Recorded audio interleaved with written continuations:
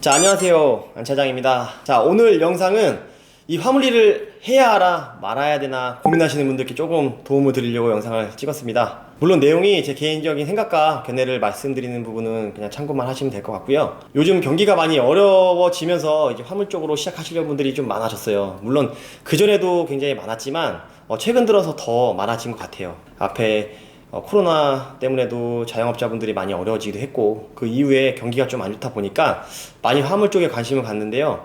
저 같은 경우에도 화물차라고 하면, 특히 남성분들 같은 경우에는 마지막 일은 화물 일을 하신다라는 그런 이야기들이 많잖아요. 근데 요즘은 좀 다른 것 같습니다. 20대 분들도 많이 이 화물 쪽을 하시려고 하고, 20대, 30대, 40대, 50대, 60대 분들도 당연히 있을 거고요. 또 여성분들까지도 지금 많이 화물 쪽을 관심을 갖고 계세요. 근데 정말 많이 고민이 되실 거예요. 이 영상을 보시는 분들께서는 정말 내가 화물 일을 해야 되나 말아야 되나, 요 기로에서 몇 가지 좀 현실적인 이야기를 좀 드려보도록 하겠습니다. 자, 첫 번째는 내가 편하게 일을 해서 많은 수입을 원하시는 분들은 좀 화물 쪽은 생각을 조금 접으셔야 되지 않나라는 생각이 듭니다. 화물차, 화물일, 배송일 등등 여러가지 일들이 운전을 하면서 화물차 바퀴가 돌아야 수입이 나는 구조이기 때문에 시간과 노동력을 투자를 해야 됩니다. 그런데 그냥 편하게 쉽게 주 3일, 주 5일 이렇게 일을 해가지고 내가 400, 500만원, 600만원 벌고 싶다고 하면은 사실 그런 일을 찾기가 굉장히 어렵습니다.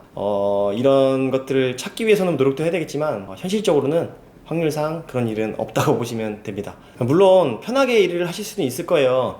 수작업이 있던지 수작업이 없던지, 또는 차가 커서 수작업이 없으면서 이제 그냥 운전만 하면 되는 일인지, 또는 차 운전은 좀 쉬워지는 대신에 좀 수작업을 하면서 내가 수입을 낼 건지에 대한 부분도 판단을 당연히 하셔야 됐고, 물론 이걸 보는 시청자분들께서는 많이 알아보고 계시겠지만 정말 나한테 맞는 일을 신중하고 잘 정해야 될 것 같습니다. 그래서 큰 차를 보고 오시는 분들도 계세요. 근데 나는 무조건 큰 차 할 거야, 운전만 하면 되고 지게차 작업을 하니까 좀 더 장기적으로 오랫동안 일을 해야지 라고 생각하셨다가 막상 또 작은 차를 직접 선탑해 보시고 그러다 보면 또 거기에 또 메리트를 느껴서 또 변경하는 경우들도 있어요. 그래서 여러 가지 많이 알아보시기도 하고 여러 가지 선택도 해보셔야 되고, 다양하게 알아보신 뒤에 결정을 꼭 하셨으면 좋겠습니다. 그리고 두 번째는 화물일 하면서 내가 워라밸을 챙긴다 라고 하시는 분들 또한 신중하게 생각하시고, 무조건 내가 주 5일을 해야 된다, 주 3일을 해야 된다, 주말은 쉬어야 된다 라는 게 있으면, 물론 그런 일이 있을 수도 있겠지만은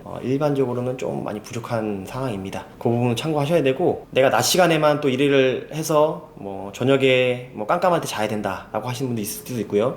저녁에 안 자도 되니까는 나중에 오후에 나한테 시간이 있어야 된다 라는 경우도 있어요. 정말 많은 일이 있기 때문에 그거는 어떤 배송, 어떤 물동량이냐에 따라서 그 시간대는 달라집니다. 그리고 일반적인 사람이 낮 시간에 일을 할 때 배송기사님들은 주무시는 시간에 일찍 나와서 하는 경우들이 사실 많고요. 또는 아예 낮이 지나고 저녁에 배송하는 경우들이 많습니다. 참고하시면 좋을 것 같아요. 그래서 이런 부분까지도 내가 꼭 워라밸 또는 시간 또는 일한 노동력 따져야 된다 라고 하시면 쉽게 생각하지 마세요. 그리고 또 화물을 준비하다 보면 말씀드리기 좀 어려운 부분이긴 하지만 이것 또한 화물 사업입니다. 그래서 개인 사업자로 진행하는 경우가 많고요. 그러다 보면 말 그대로 사장님이 되시는 거예요. 그래서 책임감도 있어야 되고, 이 사업에 대한 투자 자금도 필요합니다. 예를 들어서 내가 카페를 하든지 치킨집을 하더라도 그 건물에 대한 보증금도 내고 인테리어비도 내고 자재비도 내고 인건비도 다 들이듯이 투자 금액이 무조건 필요한 사업이기 때문에 어느 정도 자금은 필요하다고 생각을 하고요. 물론 자금이 없어도 진행할 수 있는 부분이 있습니다. 차량을 임대차로 해서 일을 하시다거나 아니면 회사 차량을 타서 기사를 타신다거나 이런 경우도 있는데, 사실 그런 경우들도 하실 수는 있지만 조금 일하는 캐파가 좀 줄어들 수는 있겠죠. 물론 안 된다는 건 아닙니다. 충분히 할 수 있고, 그 시간이나 그 노동력을 똑같이 투자를 하지만 내가 내 사업을 한다고 쳤을 때 수입이 좀 더 올라갈 수는 있습니다. 물론 올라간다는 보장은 없지만 잘 구조를 만든다 그러면 충분히 기사를 타거나 임대했을 때보다는 확실히 높아지는 부분이 있으니까 그런 부분을 참고하시면 좋을 것 같고, 개인 사업으로 내가 GV든 아니면은 개인 콜로 해서 수입을 내든 그런 걸 하셨을 때에도 수입이 안 나는 경우도 있습니다. 그런 부분도 생각하셔야 돼요. 뭐 예를 들면 뭐 자금이 없어서 뭐 차량을 할부로 했다. 근데 큰 차를 했는데 뭐 매월 200~300만 원이 할부값으로 나간다 라고 했을 때도 생각을 하셔야 되고요. 초기 자금을 좀 줄이고 내가 현금으로 차량을 사고 그 다음 순수입을 올리는 방법도 생각을 하셔야 됩니다. 그런 부분들은 저희 같은 경우에 상담을 통해서 많이 알려드리니까 그런 부분도 참고하시면 좋을 것 같아요. 그리고 마지막 네 번째는 기본적으로 이 화물리 자체가 운전만 하면 되는 거라고 생각하실 수도 있고 다양한 생각을 하실 텐데 내 신체가 조금 뭐 약하거나 불편한 것이 있었을 때 좀 일하실 때도 좀 어려움이 많이 생깁니다.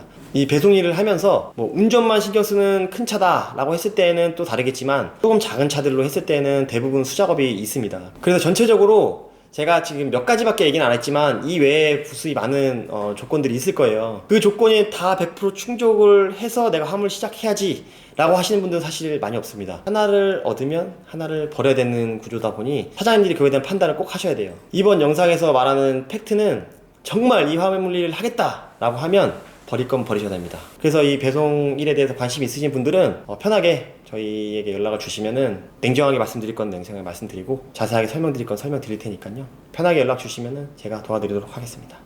감사합니다.